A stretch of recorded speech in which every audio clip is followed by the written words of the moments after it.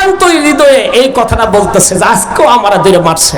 কি বলবো মা বোনদেরকে, পর্দানিশীল মায়েরা, আপনাদের মধ্যে খাদিজার জিন্দেগি যেন থাকে, হযরতে মরিয়মের জিন্দেগি যেন থাকে, আপনাদের মধ্যে বিবি আসিয়ার মতো যেন ঈমান থাকে, হযরতে মা ফাতেমার মতো যেন পর্দা থাকে, বিবি রাহিমার মতো আপনাদের কাছে যেন খেদমত থাকে, স্বামীর খেদমত থাকে। যদি আপনাদের মধ্যে মাশাআল্লাহ এই আমলগুলি থাকে, আল্লাহ পাক এই সমস্ত নারীদের সাথে আল্লাহ পাক আপনাদেরকে হাসর নাসর করাবে, তাদের সাথে আল্লাহ পাক আপনাদেরকে জান্নাত দিবেন। কথা কোন ঠিক কিনা?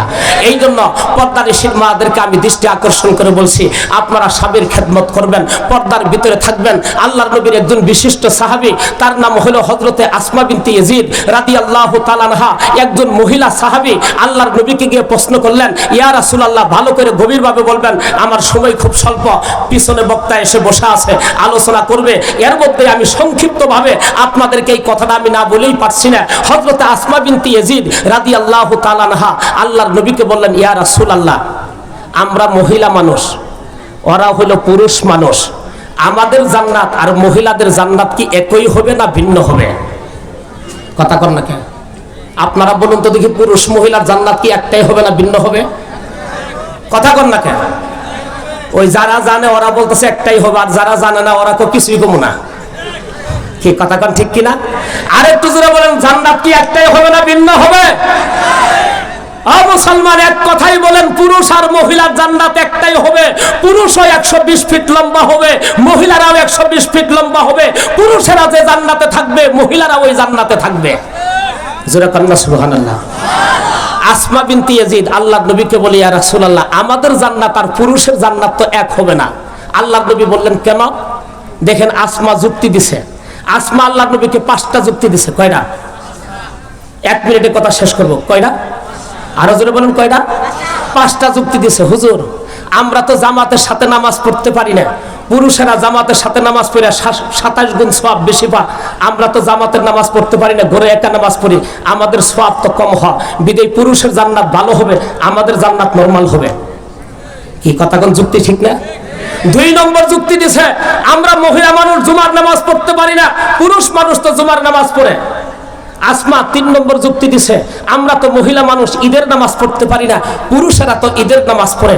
আমরা মহিলা মানুষ জানাজার নামাজ পড়তে পারি না, পুরুষেরা তো জানাজার নামাজ পড়িয়া উহুদ পাহাড় সমতুল্য সওয়াব তারা কামাই করে। আমরা মহিলা মানুষ যুদ্ধের ময়দানে গিয়া যুদ্ধ করে শাহাদাত অর্জন করতে পারি না, পুরুষেরা তো যুদ্ধের ময়দানে গিয়া শহীদ হইয়া শহীদের মর্যাদা তারা অর্জন করে। কথা কন? কয়টা যুক্তি? আল্লাহর নবী বলছেন, এক কথায় আমি সংক্ষেপ করে বললাম, এই ওয়াজটা করতে গেলে আমার কমপক্ষে 1 ঘন্টা দরকার। আমি এই 1 ঘন্টার কথাটা 1 মিনিটের মধ্যে আপনাদেরকে বুঝাইলাম। আসমা আল্লাহর নবীকে 5টা যুক্তি দিয়ে বুঝাইছে, আমাদের জান্নাত ছোট হবে, পুরুষের জান্নাত কি হবে? বড় হবে।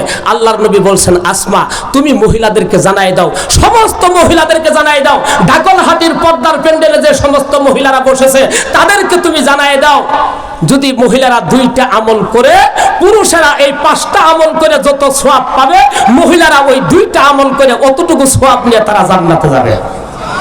কয়টা আমল? যারা বলেন কয়টা? বাড়িতে যায় বলবেন তো? কথা কোন বলবেন তো? কয়টা আমল?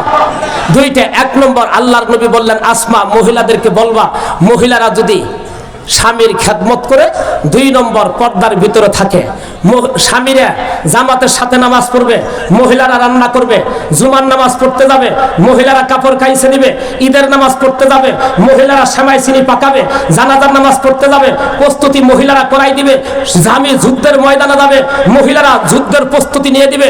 যদি মহিলারা এই প্রস্তুতিগুলি গ্রহণ করায় দেয়, তাদেরকে বলবা, পুরুষেরা এই 5টা আমল করে যত সওয়াব পাবে, মহিলারা মাত্র 2টা আমল করলে অতটুকু সওয়াব পাবে। একটা হলো স্বামীর খেদমত, আর একটা হলো পর্দা। চিৎকার দিয়ে বলুন না সুবহানাল্লাহ।